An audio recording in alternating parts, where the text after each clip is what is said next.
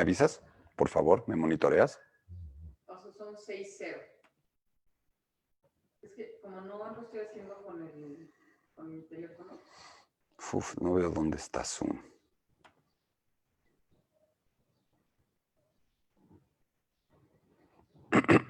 Madre mía, no veo Zoom. Abajo. No lo veo. Sí, abajo tienen el iconito. No lo veo. Me lleva el diablo. Sí, sí, no lo veo. Es muy fácil.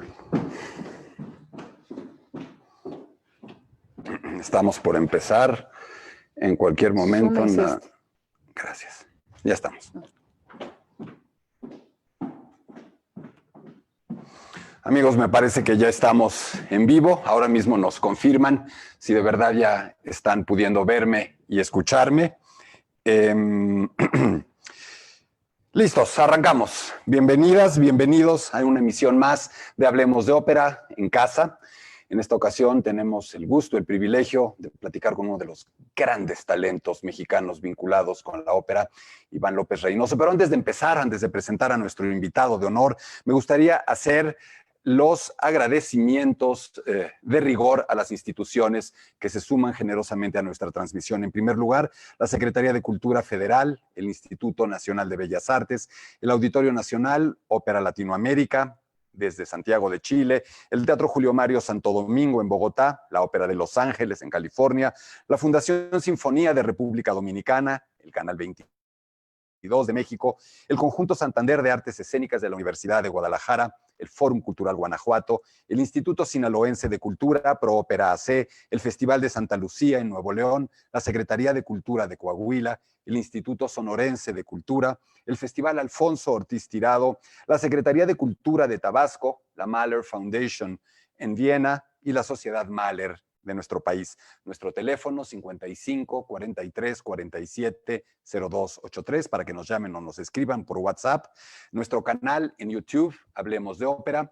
Nuestra página en Instagram, @hablemos_de_ópera.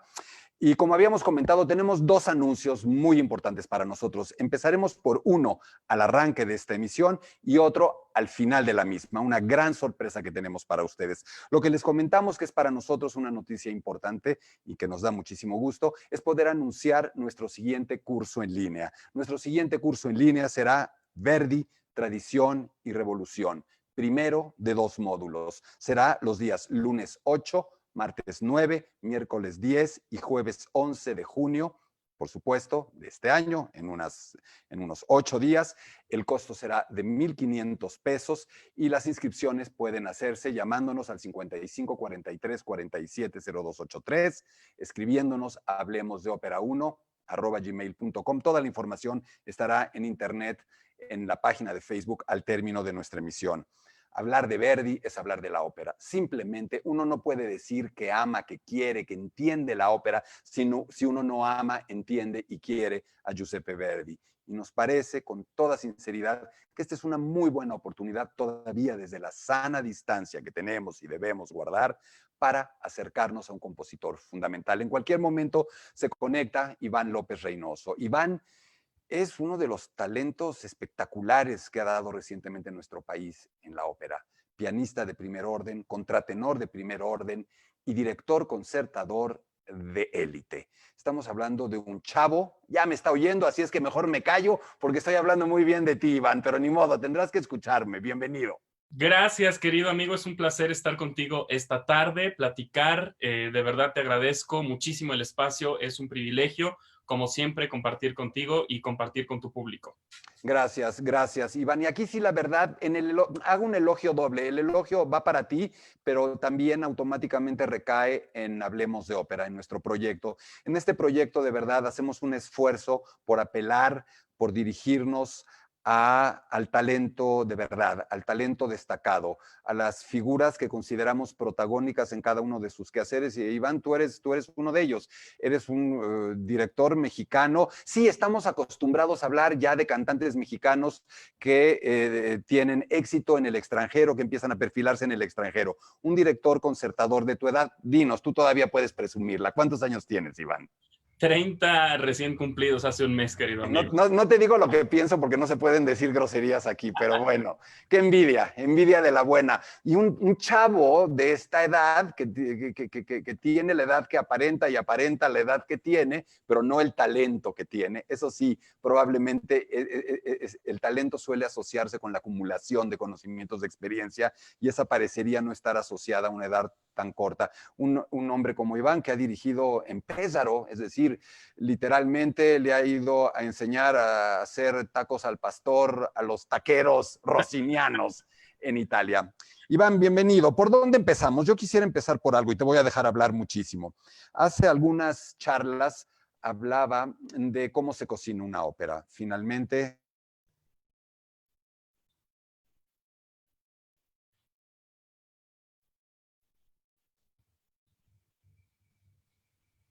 estás ahí, ¿verdad? Sí, te perdí un segundo, pero estoy aquí, ya te veo bien. Ahora sí, yo también te perdí un momentito, no sé por qué. Lo que te quería decir, Iván, es que el director concertador es uno de los elementos fundamentales en esta receta extrema, la receta escénica más complicada. No hay nada más complejo que hacer, más absurdamente difícil que la ópera. Y el director concertador es, en algún sentido, no un ingrediente, sino uno de los cocineros. Primera pregunta, y de ahí nos arrancamos. ¿Es un ingrediente o es un cocinero en la receta operística el director concertador? Sabes, yo creo que es ambas cosas. Es difícil ser ambas cosas porque no se puede ser juez y parte en un proyecto, pero el director concertador es un poco en un partido de fútbol es el árbitro, es el director técnico, es jugador, es el que está haciendo la transmisión por la televisión, lo es todo al mismo tiempo, es la porra. El director concertador es un poco todo, porque trataré de hacerlo lo más compacto y menos rebuscado posible, pero el trabajo del director concertador es básicamente hacer posible lo imposible, querido Gerardo, porque la función operística es un milagro siempre. La función operística, por más preparado que esté, por más ensayado que esté el espectáculo, por más asimilado que esté, es siempre un volado. Nunca sabes qué puede pasar a la hora de que el telón se abre. Puede Dímelo. fallar una luz, puede estar enfermo un cantante, puede no llegar un músico de la orquesta, puede haber marcha en frente del Palacio de Bellas Artes o en Puede cualquier haber lugar. funerales, puede haber terremotos. A nosotros nos tocaron funerales que interrumpieron funciones y Ramón Vargas, Encarnación Vázquez y Manuel Lanza cantando Un Barbero de Sevilla, trepados en una tarima que les ponía sobre el foso Juan Ibáñez y Houston empezó a temblar. Claro, claro, porque todo eso pasa, es el espectáculo más arriesgado que se cocina al momento, ¿no? Todo en la ópera se está cocinando al momento. Y el director concertador está en una posición privilegiada y al mismo tiempo no privilegiada. Está en un hoyo, en un foso de Está en el orquesta, peor lugar del teatro. en el peor lugar del teatro, está en un lugar en donde la referencia acústica es la menos favorable, en donde la referencia visual es la menos favorable, en donde el contacto con los cantantes y con la orquesta y con el coro está pendiendo de un hilo constantemente y es el lugar menos adecuado para estar al mando de una función. Pero al mismo tiempo, ese lugar te permite concentrarte al máximo en tu trabajo. Yo creo que el foso tiene una magia difícil de explicar. Cuando entras al foso y sabes lo difícil que es estar ahí, lo difícil que es estar parado en ese lugar tan injusto, tan ingrato, está un chip que se conecta, se prende la memoria USB y te dice, ok, aquí hay que hacerlo todo. Hay que estar pendiente del telón, hay que estar pendiente del cantante, hay que estar pendiente de la reacción del público, del timing del espectáculo, de la calidad de la orquesta, de la concentración de la orquesta, de la entrada del coro. Y todas esas son situaciones, querido Gerardo, que en una milésima de segundo pueden cambiar. Pero Todo puede fíjate, cambiar. Iván, vámonos un poco más atrás. Dijiste, cuando entras al foso, a ver, ¿qué se necesita para entrar al foso? ¿Qué se necesita para que todas esas personas a las que vas a concertar permitan que tú entres al foso, acepten que tú te pares ahí? ¿Tienes que ser un pianista de élite o no? ¿Tienes que haber trabajado, tienes que haber sido pinche de cocina antes para poder llegar ahí o no? ¿Cuáles son los atributos básicos para poder entrar al foso? Es una gran pregunta, es una pregunta además difícil de contestar porque tú sabes que en esta profesión no hay una verdad escrita en piedra. Todas las grandes trayectorias de los grandes directores de ópera son tan distintas como un platillo cocinado por 3 chefs diferentes. A pesar de que sea el mismo platillo, vas a ver de 3 maneras totalmente distintas. Y así es igual el camino de una formación de un director de orquesta, de un director concertador en específico. Sí te digo que definitivamente la ópera, a pesar de que muchos colegas traten de huirle, es una necesidad. El director concertador, el director de orquesta que no sabe hacer ópera, se está perdiendo de un panorama muy amplio de posibilidades, y no nada más a la hora de dirigir ópera. Tú te puedes imaginar lo útil que es conocer a Puccini a la hora de hacer Debussy, la música sinfónica de Debussy, lo útil que es conocer Così fan tutte a la hora de hacer una sinfonía de Mahler. Es realmente increíble lo mucho que se vincula la ópera con la música. Siempre he pensado, ahora que dices eso, yo siempre he pensado cuando escucho conciertos de Mozart y escucho sus arias, finalmente, ¿cuál es la frontera entre un aria y un concierto? Un concierto para un solista. Claro. Hay también esta idea de acompañamiento, de fusión, de fundición, es también parte de, estoy de acuerdo, puede nutrir el quehacer de un director no operístico el concertar, claro. Sin embargo, como bien dices, también hay las peculiaridades, hay los puntos sobre las IES para hacer una ópera, y es que tú estás hablando con un instrumentista que no es instrumentista, el cantante. Y el cantante es una incógnita eterna y será siempre una incógnita, porque a diferencia del violín, del violinista, o del clarinete, del clarinetista, o del cello, del chelista, el cantante no ve su instrumento. El cantante no ve lo que está haciendo con su instrumento, no lo puede visualizar. La técnica es toda interna, es todo sensaciones, colores, emociones, recuerdos, sonoridades, es todo por dentro. Esa es una desventaja y una ventaja al mismo tiempo. Y el director de ópera necesita saber que al cantante lo tienes que tratar especialmente.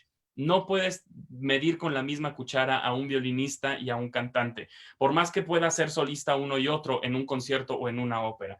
La necesidad del cantante es la más vulnerable de todos los músicos. El instrumento está por dentro, y si tú estás teniendo un mal día o un resfriado, el violín no se te enferma. Lo digo siempre, lo digo siempre.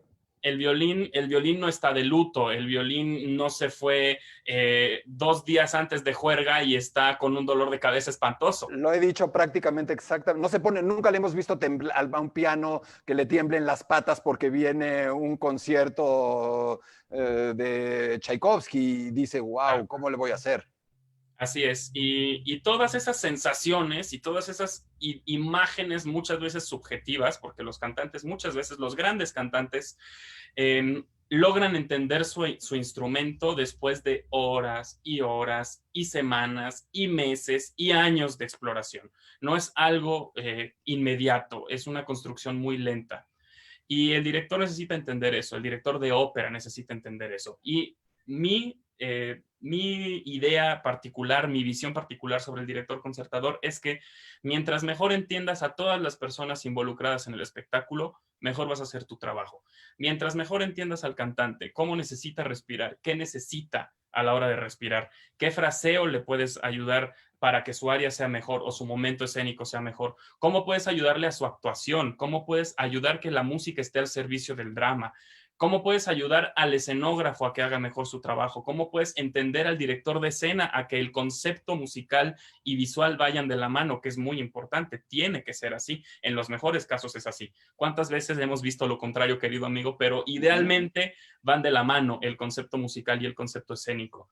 Y todas estas cosas se aprenden profundizando en el estudio y conociendo la voz humana y conociendo idiomas. El director concertador necesita saber por qué Mozart utilizó esa palabra en particular, por qué Puccini utilizó esa frase en particular. Y muchas veces la razón no es ni siquiera musical, sino del lenguaje cotidiano. En Bohème, ¿cuántas veces no pasa eso? Todo el segundo acto de la Bohème de Puccini, que es una obra maestra porque es una conversación, es realmente un día como cualquier otro, en donde hay mucha gente comunicándose de la manera que quiere, como le es fácil, como está acostumbrada. Es Y el un director caos organizado ese segundo acto, ¿no? es un caos organizado y muchas óperas son un caos organizado en el mejor de los casos, desde luego. Absolutamente. Ahora, cuando uno está, un espectador habitual en el teatro, no vamos a ver quién es más conocedor o menos conocedor. Yo cada vez creo que todos somos menos conocedores de lo que pensamos y que mucha de la gente que se siente poco conocedora suele ser más conocedora de lo que cree. Pero en muchas ocasiones estamos en un teatro y parecemos olvidar por completo al director de orquesta. ¿Eso quiere decir que todo va bien? Es decir, en el momento en el que no estamos conscientes de un director de orquesta, ¿todo va bien? Un director de orquesta también se echa un gallo, ¿no es cierto? También puede tener accidentes atroces, puede haber tenido un acuerdo con un cantante para hacer algo en determinado momento y olvidarlo. Y el cantante de pronto tú ves que dice, pero ahora sí que, Señor, ¿por qué me has abandonado en este momento? ¿Cómo es eso? Es decir, ¿cuál es el margen de error de un director? Wow, muy interesante lo que comentas, muy buena pregunta. Yo pienso que el director concertador, su principal trabajo es permitir que otros hagan bien su trabajo. El buen director concertador está ahí para ayudar, para concertar, como el mismo nombre lo dice, pero para permitir que el espectáculo fluya, que tenga una naturalidad, que, que no se sienta forzado, que el drama esté bien contado, que la música tenga una naturalidad. La idea es que parezca fácil, aunque sea todo lo contrario. La idea es que si el espectador está disfrutando y deja de pensar en, ay, la luz, ay, el cantante no entró, ay, el gallo, ay, el corno, ay, la sección de chelos, en ese momento algo no va bien. Idealmente, en el mejor escenario, el espectador está 100% conectado con la historia, con los personajes. Se trata de ver una historia. La gente está ahí para que le cuentes algo, para sentir algo a través de esa historia. Es una avalancha de emociones una ópera. Puedes sentir tristeza, felicidad, euforia, enojo, rabia, frustración. Y mientras más concentrados están en sus emociones, quiere decir que mejor estás haciendo tú tu trabajo también como director concertador. Ahí tengo una pregunta todavía más difícil, estoy seguro. A mí me queda claro que un director concertador está dirigiendo a la orquesta. ¿También está dirigiendo a los cantantes? Sí, en el mejor de los casos. Los está dirigiendo, los está acompañando. A ver, es que el verbo es crucial. Yo te digo, por ejemplo, yo recuerdo la primera vez que vi dirigir a un grandísimo director como Valery Gergiev. Y de pronto yo veía a un señor con la cabeza hundida, unas manos así, y no veía el... Yo dije, ¿es en serio? O sea, ¿de verdad este hombre no va a ver? O sea, cuéntame un poco de esa parte. Tú diriges a la orquesta, diriges a los cantantes, es un acuerdo. Hay momentos en que el cantante también te dirige a ti. Si el cantante va mal, si el cantante tiene un problema, podría ser que él te empiece a dirigir a ti, ¿no? ¿Cómo es? Hay todas las anteriores, ¿no? Como en el examen de opción múltiple, ¿no? A, B, C, D y letra E, todas las anteriores. La E es en esta ocasión la respuesta correcta, porque el director concertador necesita ser líder, pero necesita ser también compañero, necesita ser colega, necesita ser cómplice, necesita conocer a su elenco, aunque no haya tenido los suficientes ensayos, y eso pasa muchas veces, y ahora podemos platicar de ello también, pero idealmente con la experiencia vas conociendo mejor a la gente que tienes enfrente, tal vez con menos tiempo. A mí me ha tocado, te lo confieso, que uno de los retos más grandes de mi carrera, tal vez el reto más grande de mi carrera, fue dirigir una función del Holandés Errante de Wagner sin ensayo. Ha sido un momento... sí, el reto más grande de mi profesión ha sido ese, porque es una partitura brutal, colosal, dificilísima. Es una partitura sin pausa, son 2 horas y cuarto de arriba a abajo, de construcción dramática, de dificultad vocal a grandes ligas, ¿no? Los 4 personajes más importantes son un reto mayúsculo para la vocalidad. Y no tuve ensayo para conocer al coro, no tuve ensayo con el coro, no tuve ensayo con y el balance, ¿no? y el balance, así es. Tuve un pequeño ensayo con los cantantes para conocerlos y en ese ensayo era, a ver, ¿qué necesitas tú? ¿Qué necesito yo? ¿Dónde nos vamos a voltear a ver? ¿Qué tan larga necesitas esta respiración? ¿Qué tanto espacio necesitas en esta escena? ¿Qué tan rápido? ¿Qué tan lento? Idealmente, ese es el básico, ¿no? Lo que a mí más me gusta hacer, sin embargo, es un poco otro lado, otro aspecto, que es, yo soy fan del ensayo a piano con cantantes, fanático. Me encanta. También creo que puedes hablar con mucha libertad de todo esto porque en mis cómo se cocina una ópera hablé de que es un ensayo a piano, un ensayo con orquesta, una escena a piano, un ensayo a la italiana, un repaso musical. Entonces creo que nuestro público entiende esos matices. Está excelente. Yo soy fan del ensayo a piano, del ensayo musical a piano, porque es donde puedes verdaderamente construir junto con el cantante haciendo mancuerna, haciendo trabajo en equipo, una visión, una manera de interpretar, una interpretación. A mí eso de las interpretaciones no siempre me convence el término, pero sí me gusta trabajar en equipo y me gusta conocer a los cantantes, me gusta saber qué piensan, saber qué necesitan, y eso es mucho el trabajo previo a una función. Desde luego en la función todo puede pasar, pero mientras más planeado esté y mientras más claro esté qué es lo que necesita el cantante y cómo quisiera yo que el cantante adaptara su vocalidad al personaje, que eso es también algo muy importante. Mientras más pase esto, mejor va a ser el resultado. Y mientras mayor trabajo en equipo se logre, mejor va a ser la función. Ahora, fíjate que lo que estás diciendo tiene parte también de que estás asumiendo algo. Si tú eres tan fan de los ensayos a piano, es que confías plenamente en tu control sobre la orquesta, porque estás asumiendo que todo lo que estás acordando con el cantante, que simplemente con un tipo tocando el piano, o muchas veces tramposo tú mismo tocando el piano, entonces dices, ah, bueno, ahí qué cómodo. Y ahora, amigo, con 60 amigos más que hagan lo mismo. Eso, uff, como en ese paso también hay ajustes. De pronto puedes darte cuenta de que tu orquesta específica no puede responder a ese acuerdo. Absolutamente cierto, totalmente cierto. Y yo soy, en efecto, como dices tú, muy tramposo porque a mí me gusta mucho hacer ensayos a piano tocando yo y con el mayor contacto posible con el cantante. Y definitivamente hay ajustes cuando llega la orquesta. Estás hablando de un piano que el efecto físico del instrumento es muy distinto al de una orquesta de 50, 60, 80, 90, 105 cuando haces Electra. Puede ser un monstruo de orquesta. Y siempre hay ajustes, pero el director tiene que planear. A mí me gusta mucho, yo soy muy fan de planear muy bien mis lecturas con orquesta, de planearlas con mucha anticipación, con mucha antelación y decir, el primer ensayo me interesa mucho leer el primer acto o me interesa leer toda la ópera, si la duración de la ópera y el ensayo me lo permiten, ir más allá y decir, voy a hacer un diagnóstico general, eso me gusta mucho también. Hacer un diagnóstico general de cómo está la partitura, cómo está la orquesta, qué necesito trabajar más, qué necesito trabajar menos. Pero mi ideal siempre es lograr que la orquesta responda como se respondió en el ensayo musical a piano. Ese es el ideal, porque el cantante se acostumbra también en los ensayos de escena a piano, el cantante automatiza muchas cosas que se trabajaron en el ensayo musical y de repente es contraproducente querer cambiar la última semana de ensayos, que es la más crítica, donde está el ensayo de la italiana y los ensayos de escena con orquesta y el ensayo pregeneral y el ensayo general, donde más bien te tienes que preocupar de otras cosas, balance, estás tarde, está lento, la respiración no, el cambio de escena está lento, todo puede pasar esos últimos ensayos. Entonces, mientras menos pienses en el trabajo orquestal, como yo lo llamo la talacha orquestal, mejor será para el espectáculo también.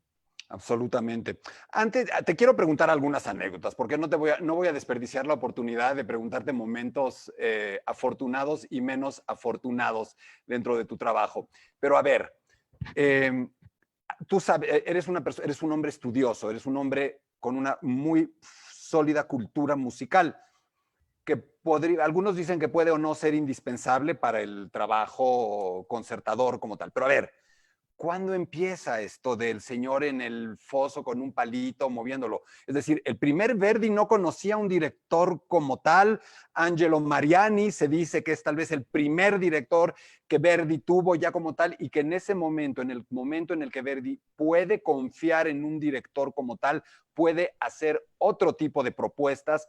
Cuéntanos muy brevemente, por favor, porque además yo no lo domino, la historia, en unos minutos, la historia del director concertador. ¿Cuándo, cómo, dónde surge? Seguro que la sabes.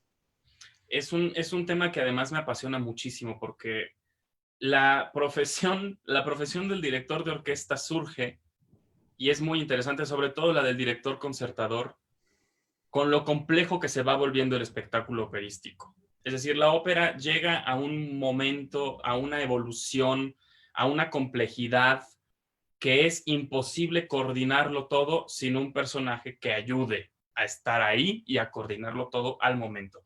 Había muchos compositores, como por ejemplo, famosísima anécdota de Lully, que dirigía con un bastón enorme que además le ocasionó la muerte, que Absolutamente. se pegó en el pie y se gangrenó el pie y murió y fue una muerte trágica, de director de orquesta, como director de orquesta, compositor y director de orquesta, que además era también muy común. Tú sabes, Beethoven dirigía sus obras, Mozart dirigía sus óperas o las dirigía desde el continuo y tocaba el continuo y estaba en contacto con los cantantes y con la orquesta. Es una figura que empieza a aparecer conforme se va complicando y haciendo grande el espectáculo operístico. Correcto. Y mientras más grande es el espectáculo operístico, más importante es el director. Y te hablo, por ejemplo, de que Richard Wagner, al cual conocemos muy bien tú y yo, se inventa un teatro y un festival y una orquesta específicos para sus necesidades y para lo que él quería. Y lo que él buscaba, acústica, escénica, musical y vocalmente. Entonces ya la búsqueda del director de orquesta, de ese personaje que está al frente en tiempo real, porque una cosa es tener al compositor ahí cuando se hace un ensayo, como tenían todos a Meyerbeer y tenían a Rossini y tenían a Verdi y tenían a Puccini cuando se ensayaban las óperas, desde luego. Pero a la hora del espectáculo, el compositor puede estar en la sala, o a la hora del ensayo general, el compositor puede estar sentado en la sala. ¿Y qué pasa? El concertino a veces no es suficiente, el compositor mismo a veces no es suficiente, y entonces empieza a existir este personaje que desde luego ya se está utilizando. No es que con el director concertador surge el director de orquesta, no, es una historia larga, es una historia que va, desde luego, uno de los primeros es Lully, pero Gustav Mahler, por ejemplo, te estoy hablando ya de un gran compositor que era además un gran director de ópera. Gustav Mahler fue figura fundamental y también encargada de cambiar muchas cosas sobre el trabajo de director de orquesta, profundizar con las puestas en escena, profundizar con los cantantes, profundizar con la orquesta. Todo eso fue Gustav Mahler, definitivamente un parteaguas musical como compositor y como director de orquesta y como director de ópera. Bueno, lo has hecho y lo has dicho con una enorme claridad, con una enorme claridad. Te quiero preguntar ahora, por ejemplo, a ver, ¿tú me estás viendo ahora que hablo? Sí, yo te veo bien. Sí, algo pasó que entró como algo sucedió que no estoy viendo. Pero bueno, yo sigo. Espero que nuestros amigos ahora pido que monitoren si yo también me estoy viendo, pero sigo. Sí, no, creo que estamos bien, estamos bien. Muy bien. Cuéntame, por favor, a ver, vamos a ver. Cuéntame momentos complicados. O sea, momentos complicados para un cantante, todos conocemos. He hablado, pero momentos en donde tú has llegado a tener miedo en algún momento durante una función. O sea, por supuesto, puede haber elementos técnicos, se va la luz, ese tipo de cosas no. O sea, donde es una cuestión estrictamente musical. No diría que me cuentes errores, gazapos tuyos, o si quieres algún momento, como cualquier. Pero cuéntame cuándo ha salido mal algo o cuándo te has verdaderamente asustado. Más de una vez, querido amigo, porque vaya, tenemos que aquí entrar ya en un tema complicado, pero importante mencionar también. El cantante muchas veces es más cantante que músico. Tú lo sabes muy bien. El cantante puede entrar en su vestimenta y en su protagonismo y en Por ciertas ahí, ideas, sí. en ciertas ideas muy claras. Ya te veo, ya te veo. Y de repente extraviarse o faltar la información. Es común que al cantante necesites darle información de qué es lo que está haciendo, además de su línea. El cantante puede llegar ahí y no saber que está relacionándose con los chelos o que está relacionándose con el fagot o que tiene comunicación directa con el segundo clarinete. Muchas veces eso no pasa. Idealmente sí. Te encuentras en un escenario con un cantante al que le puedes hablar en el mismo idioma, musicalmente hablando, y es el paraíso, porque entonces la negociación está en otros términos. La negociación es qué carácter, la negociación es qué color, la negociación es cómo convertimos esta frase para que tenga un mejor impacto o esté más al servicio del personaje. Pero muchas veces, querido Gerardo, me ha tocado que es tan simple o tan sencillo como, no, estás corriendo, estás apresurando y vas un compás adelante. ¿Y qué pasa? Hay que ajustarlo con la orquesta, porque si el cantante se sigue adelante y va chueco, es tu culpa, es culpa del director, no es culpa del cantante. Nunca es culpa del cantante a menos que sea un gallo. Si es un gallo, sí es culpa del cantante, pero si va chueco, es culpa del director. Y el director tiene que seguir, y entonces hay que ajustar sobre la marcha. Pero me han pasado situaciones de pesadilla, que tú empiezas a acelerar para alcanzar al cantante, pero el cantante también empieza a acelerar. No, no, no, no, no. Se convierte aquello en en Mario Kart, para acabar pronto. Y puede ser descontroladísimo y es como ir en Mario Kart en la pista del arco iris con platanitos y bombitas. Bueno, ya fui muy millennial, pero esa es un poco una referencia de lo que puede ser acompañar a un cantante que está muy en su propia historia, en su propio carril, en su propia manera de hacer su trabajo. Idealmente no es así, pero me ha pasado eso. Me ha pasado que un cantante tiene que abrir un recitativo con una frase y no canta porque se le olvidó. Y entonces el recitativo no empieza y estamos todos esperando al cantante así de, tú tienes que cantar, por favor, eres tú. Y el cantante volteando, ¿por qué nadie canta? ¿Qué les pasa? ¿Por qué nadie está cantando? ¿No? Y de repente voltearme a ver y decirle, eres tú. Ah, por eso nadie está cantando. Eso me ha pasado también. O de plano convertirte en apuntador, ¿no?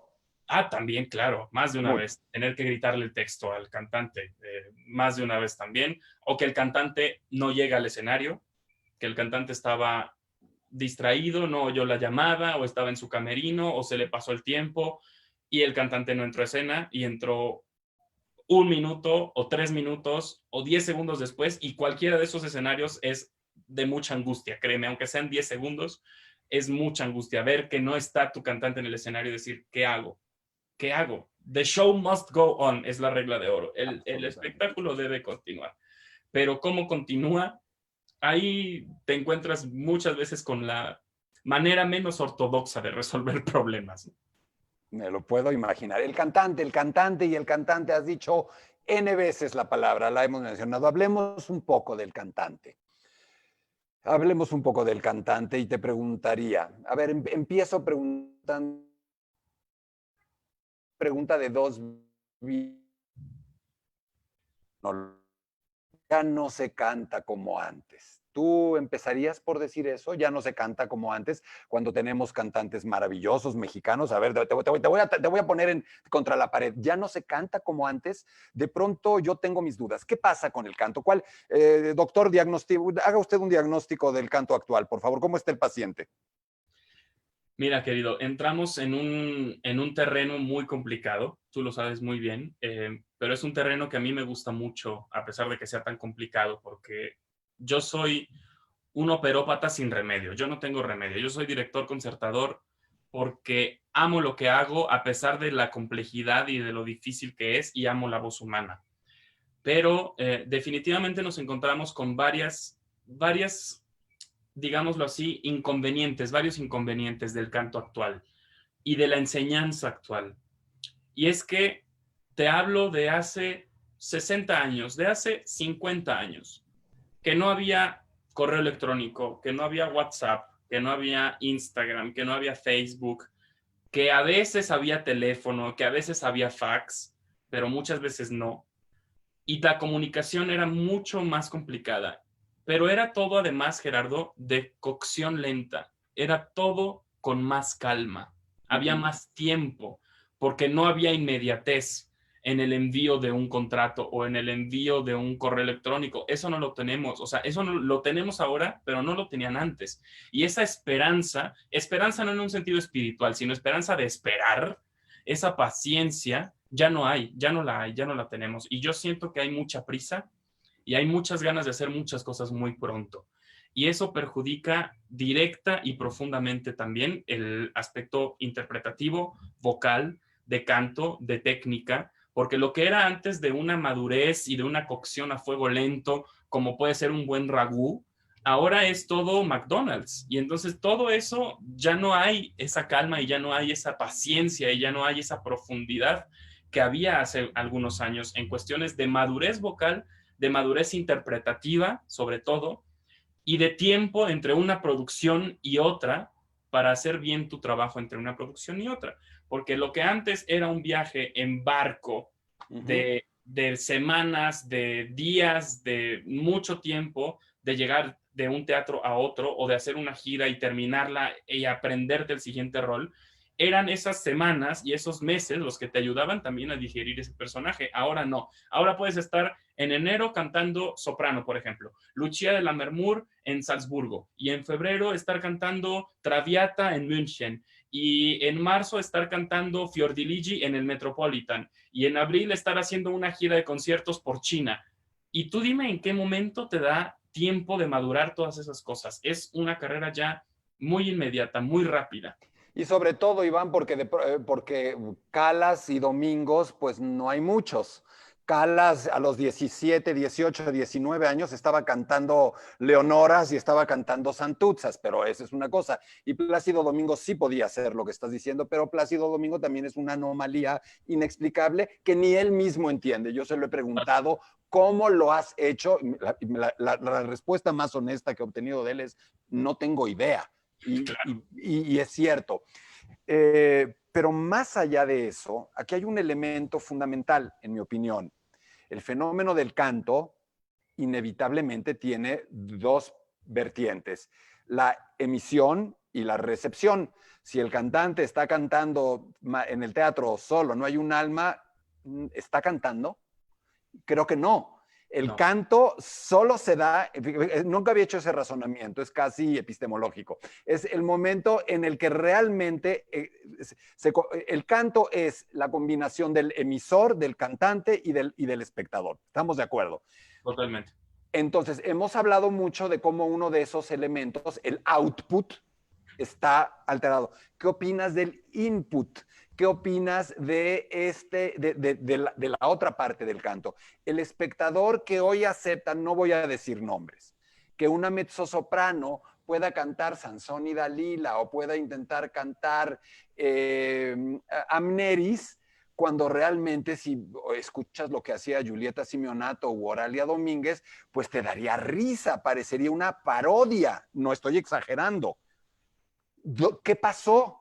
¿Por qué hoy no sería una parodia y alguien podría pagar $350 para irla a ver al Met y en 1950 o 60, todavía en 1950, si alguien hace eso, si queman el teatro? ¿Qué pasó? Es una pregunta para mí difícil de contestar porque tal vez no tenga la respuesta. Yo sé por dónde va la tendencia actual, y es una tendencia en ocasiones muy extraña y muy poco afortunada, porque se está empezando a asumir o a dar por sentado o a aceptar lo que te ofrecen sin mayor análisis y sin mayor compromiso también como espectador. Y ahí voy a aprovechar para mencionar a dos personajes fundamentales de la historia de la ópera que nunca se hubieran permitido una cosa similar, y son Gioachino Rossini y Giuseppe Verdi. Rossini, tú dime qué es Rossini si no el espectador está involucrado, y no solo involucrado, sino formando parte del momento de la creación de la ópera. Tú dime qué es una Semiramide de Rossini si el espectador no está también emitiendo un juicio y analizando y pensando y diciendo, a ver, ¿por qué está pasando esto en esta escena? ¿Por qué la Semiramide? ¿Qué no Semiramide es mala? ¿Por qué no es mala Semiramide en la Semiramide de Rossini? ¿Por qué es buena la Semiramide de Rossini? Todo eso, esa aceptación del público y esa falta de exigencia del público hace que ese tipo de óperas también se presenten con menos frecuencia. Muchas veces me preguntan, bueno, ¿por qué ya no se hace Semiramide? ¿O por qué cuesta trabajo ver un Don Carlo en vivo? ¿O por qué cuesta trabajo ver una Forza del Destino? ¿O ver unas Vísperas Sicilianas, que son partituras verdianas importantísimas? Estoy hablando de, no son óperas que no vale la pena mencionar. Son todas ellas óperas que sí vale la pena mencionar, pero requieren un trabajo de público también. No es nada más un trabajo musical, no es nada más sentarte y comer palomitas en el cine, es ser parte de ello. Estás hablando de dos, yo pienso en la literatura, porque está totalmente relacionado, el espectador activo, el espectador pasivo. Cortázar, Julio Cortázar, uno de mis escritores favoritos, usó una frase que fue desafortunadísima, me disculpo, no es así, incorrección política, me too, no. Él hablaba de el espectador, el lector macho y lector hembra. Muy mal, pero lo que quería hablar equivocadamente, eran otros tiempos, de el espectador activo y pasivo. Entonces te voy a hacer un comentario. Lo que me estás diciendo es que hemos perdido la capacidad de abuchear. Hemos perdido la Es capacidad. decir, hoy en un teatro es extraordinario que suceda eso. Abuchean la puesta en escena, porque ahí sí es fácil. No les gusta, sí les gusta, y ya sabemos, tú y yo ya me metí aquí en todas las ensaladas posibles, porque la gente me pegó como piñata, porque saben que soy fanático de las puestas en escena no tradicionales. Esas sí se abuchean, no hay no. Pero tú, a una de las cantantes de moda, sale a cantar una Amneris y solamente por el timbre podrías abucharla desde los primeros 3 compases, antes de que haga algo más, y abucharías al director del teatro que la programó. Pero lo que yo escuché es que hay una pasividad y una falta de inconformidad, y la manera en la que eso se expresa. Yo soy un reivindicador del abucheo, yo creo en el abucheo, como creo en el bravo, y si defiendes uno, no puedes defender una cara de una moneda y decir que la otra cara no te gusta. La moneda tiene 2 caras. ¿Qué opinas de esa parte? ¿Hace falta abuchear? Mira lo que te digo, ¿eh? Mira, es difícil como artista decirlo porque desde luego uno quiere oír bravos y no abucheos, pero el abucheo es tan válido como el aplauso. Definitivamente. Tienes toda la razón. Y si pero hay que saber cuándo uno y cuándo otro, ¿eh? Ah, claro, tú no puedes abuchear nada más porque el vestido no te gustó. O sea, tú tienes que saber qué es lo que está pasando, si el personaje está siendo congruente o no. Tú te acordarás, querido Gerardo, además, un espectáculo y un proyecto que causó mucha controversia, un Romeo y Julieta de Berlioz que hicimos el año pasado en la UNAM. Sí. Donde más que aplausos hubo abucheos, exactamente, justamente. Sí. Porque era una propuesta muy distinta, no tradicionalista. Extrema, absolutamente. No había punto medio con la puesta en escena de David Gaitán. Era una propuesta, un futuro distópico, irreal, en donde Capuletos y Montescos eran hombres y mujeres. Para los que no la vieron, con proyecciones que literalmente por momentos corrían de manera autónoma lo que estábamos viendo. Así es. Incesantemente. Era una propuesta fuerte, severa, pero yo era parte del proyecto, a mí me gustaba la propuesta, a mí hay cosas que me parece que son muy válidas de hacer una relectura de una obra así. Yo estoy de acuerdo contigo en que a mí más bien lo que me cuesta trabajo es cuando veo el vestido bonito y la escenografía bonita y no veo una historia. Eso sí me cuesta trabajo. Yo prefiero ver una historia, que me cuenten una historia y creerme la historia y que sea algo real. Pero esa tendencia de ser políticamente correctos en el teatro, o la etiqueta, tiene que ver también con la etiqueta, querido Gerardo. ¿Por qué ir de traje? ¿O por qué ir de cierta manera? ¿O por qué pensar que el cóctel? ¿O por qué pensar que el vestido largo en el Palacio de Bellas Artes? Cuando tú estás yendo a un espectáculo que puedes ir, yo he ido a Bellas Artes, así como me ves, de polo y jeans. Y no tengo por qué ponerme el frac si estoy en el público. Y si algo no me gusta, no aplaudo. Pero yo sé que además eso es un aspecto un poco emocionalmente complicado para los que están involucrados, porque hay un momento tú como parte del show que te enamoras del show. Es un poco una relación tóxica, ¿no? A veces sabes tal vez que el concepto no fue el mejor o el más afortunado, o que no tienes el mejor elenco, o que no tuviste la cantidad de ensayos que quisieras, pero quieres a ese producto porque estás siendo parte de él, lo estás viendo crecer, es como ver a tu hijo caminar, gatear y después correr. Así es cuando tú estás involucrado en un proyecto operístico, tú ves desde cero el crecimiento y la evolución y el nacimiento de un proyecto. Y entonces yo entiendo que recibir el abucheo puede ser incómodo, puede ser triste, puede hacer que te deprimas, puede hacer que sientas que tu trabajo no vale la pena, pero al final O lo contrario, Iván, cuando a Calas la buchaban, Calas se paraba enfrente y decía, a ver, ¿cuál es el problema? Y esto es así, bueno, ahí va. Es decir, también el abucheo se puede tomar de otro modo. A eso es a donde voy. Yo creo que el abucheo es un medidor más importante que el aplauso, querido Gerardo. Y el abucheo es, te digo, igualmente válido. Porque si el espectador que pagó un dinero para ver un espectáculo de calidad y que quiere ver algo bueno, ahora, desde luego, ahí voy a hacer otro paréntesis más adelante, pero quiere ver algo de calidad y quiere que le cuenten una historia y quieren oír un buen canto y quieren oír a una Abneris con el timbre que se necesita, o quieren oír a una Norma con el timbre que se necesita, y quieren oír que la orquesta está tocando Wagner y que está tocando con el sonido de Wagner, pues si tienen, ese es el paréntesis que quería hacer, si tienen los elementos y la información para hacer que el abucheo sea válido, me parece que es totalmente bienvenido. Y ahora voy a hablar en contra de nosotros, porque no lo estoy viendo, pero puedo prever que alguien esté escribiendo, ay, sí,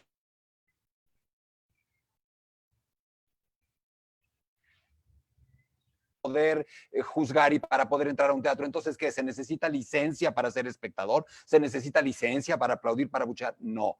Estamos simplemente planteando que hay un elemento complejo a evaluar, porque también, Iván, querido, el hecho de que un cantante de pronto se pueda romper una nota no es forzosamente un indicador de que está cantando mal. Puede ser un indicador de que está cantando bien, de que quiso ir más lejos, de que quiso hacer en un fiato, en una sola respiración una frase, de que quiso filar, hacer un pianísimo y no salió, y en ese momento no abucheas, en ese momento dices, gracias, valiente, va, no salió, la que sigue. Pero entonces creo, ahora llevaré agua a mi molino y al tuyo, porque estás también haciendo incontables charlas y también tienes en este momento coyuntural un proyecto académico de divulgación. Creo que esto es lo que reivindica estos esfuerzos, como el tuyo, como el de Hablemos de Ópera. Tratar de ayudar a la gente a entender un poco más. Convertirse en un gran experto de canto puede llevar tal vez mucho tiempo, pero entender los principios básicos del canto, Iván, no me parece tan complicado. Así es. No lo creo. En ese sentido, dejemos hasta aquí, si quieres, este punto y pasemos a otro que me importaba, porque hemos hablado del director, hemos hablado del cantante y ahora vamos a hablar de lo que el director y el cantante interpretan, ejecutan, que es una obra. El conjunto de obras se llama repertorio y el repertorio termina siendo una elección, un criterio. El repertorio de un director, ¿tú qué diriges? ¿Tú diriges, puedes dirigir Rossini y Ligeti? Órale, o no, o sí. Hay un director que solo dirige esto, hay un cantante que el repertorio es un tema delicado, la transición, hablaba con Javier Camarena de la transición del repertorio, todo esto, el repertorio de un teatro, si el teatro es conservador, no es conservador. Entonces, empecemos, si quieres, por ti, por un director de orquesta. Un director concertador calificado debe poder dirigir lo mismo Monteverdi que Edvos. Un director concertador calificado debe poder hacerlo, pero al mismo tiempo debe entender qué hace mejor. Y esto es lo mismo para los cantantes. Con los cantantes tal vez hay una limitante mayor, que es el instrumento. O sea, el tenor lírico ligero no puede de la noche a la mañana ser tenor espinto. El tenor que canta un día Arturo no puede al día siguiente querer cantar Calaf. Es una transición distinta, es un proceso distinto. Pero el director concertador definitivamente es válido tener afinidades. Yo soy más partidario de dirigir cierto repertorio, con cierto repertorio me siento más cómodo, pero eso lo sabes, querido Gerardo, solamente porque lo has hecho y porque lo has experimentado y porque lo has vivido. Yo no te puedo decir si soy bueno dirigiendo óperas de Stravinsky porque nunca he dirigido una ópera de Stravinsky. Y hasta que no sepa si me sale bien un Rex Progress o un Edipo Rey o una Perséfone, no sabré si sé hacer óperas de Stravinsky o no. Así como sí te sé decir que me muevo como pez en el agua con Rossini o como Verdi, por ejemplo, que son compositores muy cercanos a mí y que he podido dirigir bastante. Pero también hay otros compositores que he podido dirigir con los que no me siento igualmente cómodo. o que no me sentía en el momento para hacerlo y lo tuve que hacer, o lo hice inconscientemente por inconsciencia, también pasa. Pero los pasos a dar en la elección del repertorio para un director de orquesta son definitivamente distintos. En el cantante es la naturaleza del instrumento. No puedes ir en contra de eso, porque además sacrificas tu carrera, sacrificas tu instrumento. El director tiene muchos años para madurar. Recuerdo perfectamente unas palabras de Vittorio Gui, gran director concertador, que decía allá cuando estaba llegando a sus últimos años: qué lástima que en ese momento ya no pueda dirigir ahora que entiendo mi profesión. Después de haber dirigido años y años en los mejores teatros y a los mejores cantantes y hacer grabaciones de antología referenciales para muchísimos de nosotros. Y ese es su punto de vista, decir, bueno, ahora que empiezo a entender de qué se trata el oficio, ya no puedo dirigir, ¿no? Y es un poco la complicación de la madurez. Sin embargo, yo creo que definitivamente el director, a pesar de encontrar ciertas zonas en las que se siente más cómodo o en las que se mueve con mayor facilidad, que es válido, debería poder entender y hacer bien cualquier otro tipo de repertorio. Cualquier otro tipo de repertorio. Y aquí me voy a lanzar un dardo a mí mismo, un dardo que con la amabilidad y el cariño que la caracteriza, me lanzó con absoluto espíritu constructivo una amiga mutua, espléndida compositora, Gabriela Ortiz, en donde me decía: Gerardo, está muy padre todo tu proyecto, pero ¿no podrías empezarte a ocupar un poco más de la ópera contemporánea? Y creo que tienes razón. Entonces te propongo que en este momento hablemos tú, porque además hace relativamente muy poco hablabas, ¿cómo se llamó? La ópera después de Puccini, se llama. Sí. Es decir, la ópera terminó en Puccini, Richard Strauss muere en 1949. Capricho es la última ópera de la historia. ¿Qué pasa hoy? ¿Qué pasa con Gaby Ortiz? ¿Qué pasa con Ana Lara? ¿Qué pasa con Víctor Rasgado? Solo para hablar de compositores mexicanos, y estoy incurriendo en muchísimas omisiones. ¿Qué pasa con el repertorio contemporáneo? Es decir, la ópera terminó en el momento en el que no podemos salir tarareando el aria. Ahí se acabó la ópera. ¿Qué pasa? ¿Dónde está la ópera? ¿Por qué es tan difícil? Yo en primera persona, para mí fue un trauma mi enfrentamiento con la música contemporánea. Cuando yo amaba la música, estudiaba la música desde que tengo uso de razón, y empecé a darme cuenta que había obras donde había notas falsas escritas, esas que yo tenía que evitar cuando tocaba. Cuando me topé con una partitura de Béla Bartók, que yo pensaba durante toda mi niñez, te va a dar mucha ternura, que era una mujer, que Béla Bartók era una compositora que era muy rara porque era mujer y escribía notas falsas. Ya en el microcosmos me sonaba algo raro. ¿Qué pasó? ¿Dónde está hoy la ópera? Que parece que regresa un poco a la tonalidad. Platícanos un poco de tu relación y cómo ves la relación del público con la ópera contemporánea. Es una gran pregunta y además estoy convencido, querido Gerardo, que tú piensas como yo, y definitivamente la ópera no terminó en Puccini, sino la ópera se transformó después de Puccini. Estamos hablando ya de un espectáculo que adquirió, como todo el siglo XX, que se trató de universalizar y de potencializar la manera de manifestarse a una N potencia. Y te hablo de que, por ejemplo, en el siglo XX podías tener a Kurt Weill escribiendo Ascenso y Caída de la Ciudad de Mahagony, o podías tener a Stravinsky escribiendo Rex Progress, que son dos óperas que no van de la mano, no van de la mano, pero son el siglo XX, porque el siglo XX es versatilidad, es ser ecléctico. El siglo XX es el siglo más ecléctico. Imagínate, todavía hablamos de esas óperas como la ópera moderna, ópera contemporánea. Cuando hablas de Wojciech o hablas de eso y dices, amigo, tiene más de 100 años, o sea, cuidado, o sea, ¿cómo? Así es, y hay tanta ópera que vale la pena en la actualidad. Yo ayer, precisamente con esta charla que hablas de la ópera después de Puccini, mi finalidad no era para nada dar ni una cátedra, ni una conferencia, ni aburrir a la gente con nombres de óperas que tal vez digan, bueno, ¿esto por qué está aquí? Me hice una tarea de encontrar realmente partituras que valieran mucho la pena.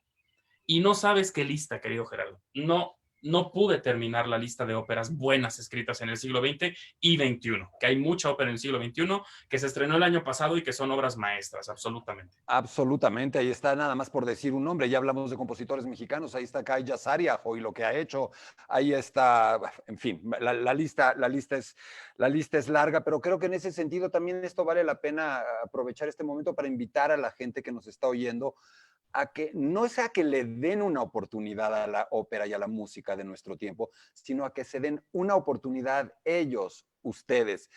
Hoy tenemos distintos, nuestra propia vida está acompañada de sonidos que no existían, sonidos que nos acompañan y con los que nos hemos tenido que familiarizar.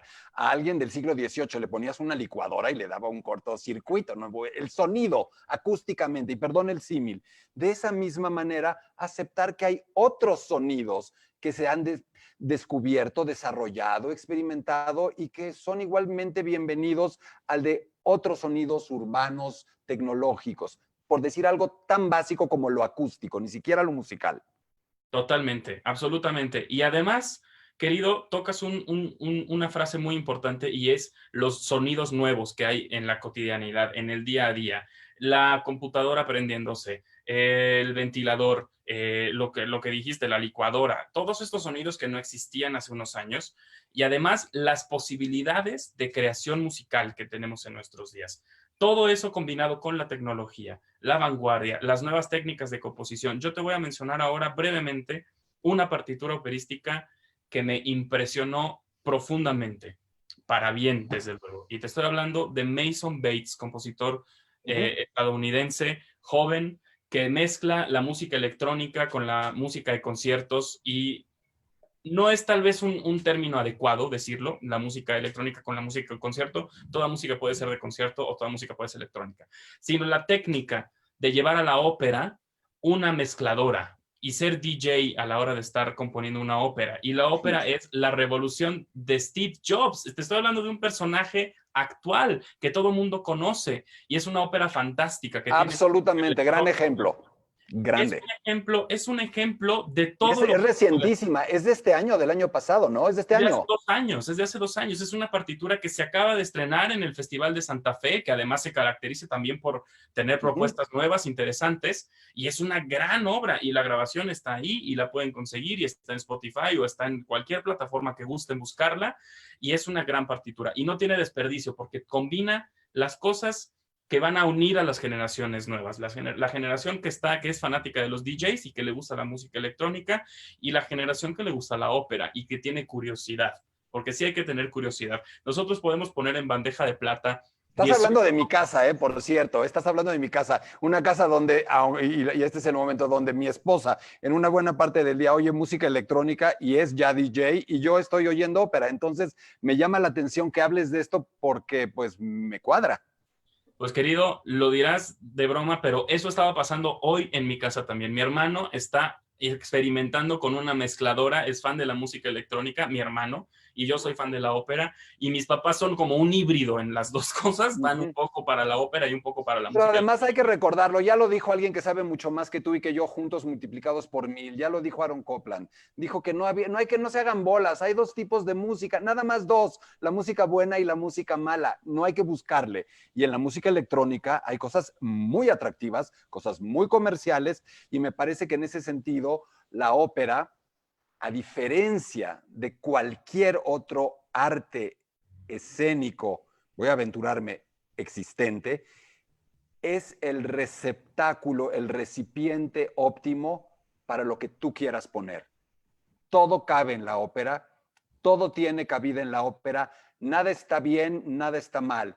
Es el vehículo ideal por antonomasia para experimentar, para innovar, para romper, para regresar, como decía nuestro amigo también mutuo, el viejo Verdi, para regresar a lo antiguo y así volver a ser modernísimos, ¿no crees? Absolutamente de acuerdo, absolutamente de acuerdo. Tienes compositores. Si la gente nos pregunta, bueno, ya que estamos hablando de ópera nueva, ¿cómo puedo empezar a que me guste la ópera nueva o a descubrir la ópera nueva? Hay compositores que son siglo XX, pero muy cercanos, desde luego, a la tonalidad. Y te estoy hablando de grandes personajes como Benjamin Britten. Para mí, cuando me dicen compositor del siglo XX, que significa una transición, es Benjamin Britten. Sin duda, sin duda. Y les hablo de Peter Grimes, o les hablo de Billy Budd, o les hablo de Vuelta de Tuerca, que son partituras magistrales, obras de arte absolutas, y que tienes melodías bonitas, porque la gente cree que la melodía murió con Puccini. En Britten tienes muchas melodías bonitas, reconocibles, asimilables, y tienes también modernismo, y tienes orquestaciones vanguardistas, y tienes orquestaciones atrevidas. ¿Tú Y tienes... empezarías un curso de ópera contemporánea con Britten? ¿Ahí empezarías? Sí, absolutamente. Te estoy volando la idea porque voy a hacer uno, entonces te la voy a planchar completita. Adelante, adelante. Yo creo que Britten es el eslabón perfecto entre la ópera del 19 y la ópera del 20, porque es un hilo conductor. Te está contando, te está resumiendo lo mejor de la ópera romántica y neorromántica, y al mismo tiempo aventurándote en la modernidad. Para mí, Benjamin Britten es fundamental para conocer Y la ópera. fíjate que además tiene otro elemento que es, fíjate a dónde voy, te vas a sorprender, característico de los grandes compositores de ópera emblemáticos, su relación amorosa con la voz.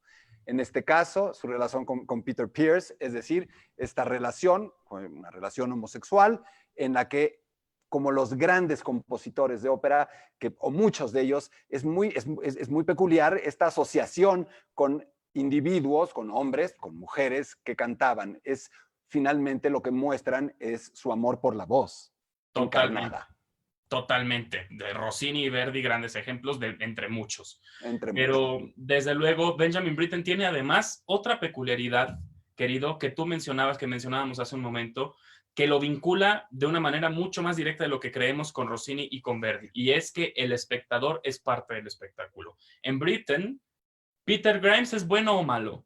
Peter Grimes mató a su aprendiz o no. ¿Los fantasmas en Turn of the Screw existen o no? ¿O son producto de la imaginación de la institutriz?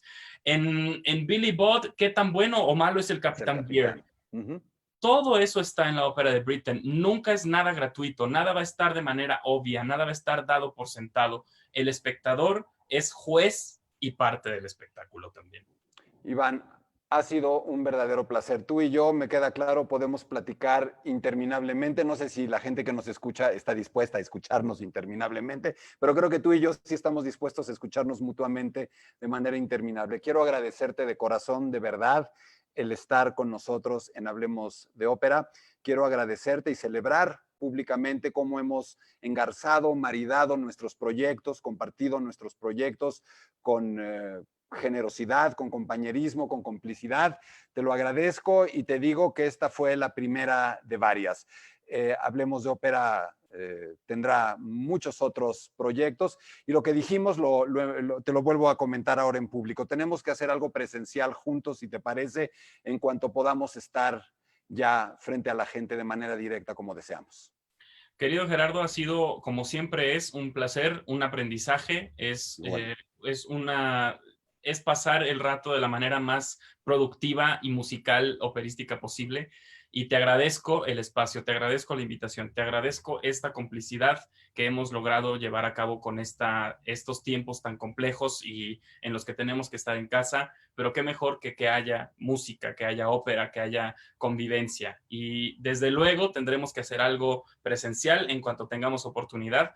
Pensemos para tener propuestas y me dará muchísimo gusto seguir compartiendo contigo y de nuevo, gracias, de corazón, gracias, Gerardo. A mí más, querido Iván, les pido, te agradezco de nuevo tu presencia, les pido a nuestros amigos que no se vayan porque necesito hacer un par de anuncios, Iván, sobre todo uno que ya medio anuncié por Facebook y que la gente está esperando. Gracias de nuevo, un abrazo grande. Gracias a ti, Gerardo. Yo me quedo aquí, yo me quedo un momento más al aire. Gracias, Iván. Muy bien.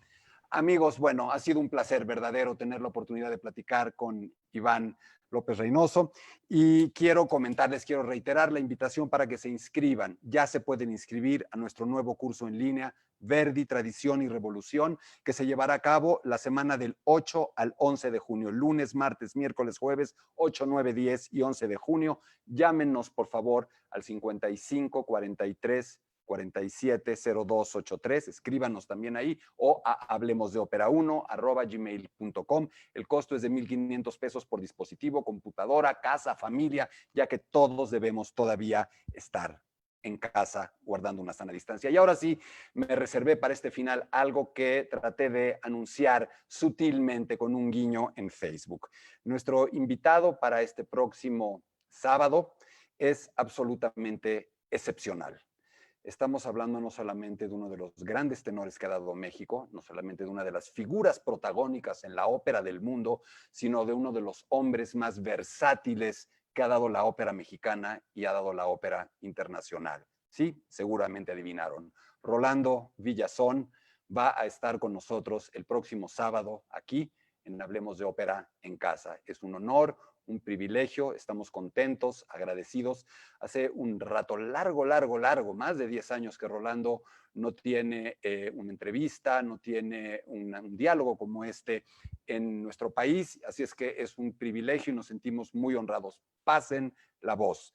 Sí, aunque ustedes no lo crean, Rolando Villazón en Hablemos de Ópera este próximo sábado. Soy Gerardo Kleinburg, agradezco que nos hayan acompañado en esta fantástica y por demás ilustrativa charla con Iván López Reynoso y los espero en nuestra página, en nuestras redes, en nuestros proyectos. Hasta pronto y gracias. Ahora tengo que ver cómo apago esto. Ya sé que seguimos al aire. Ya sé que seguimos al aire. Seguimos al aire porque... ¿dónde estás? ¿Te viste? ¿Por qué no lo haces en Zoom?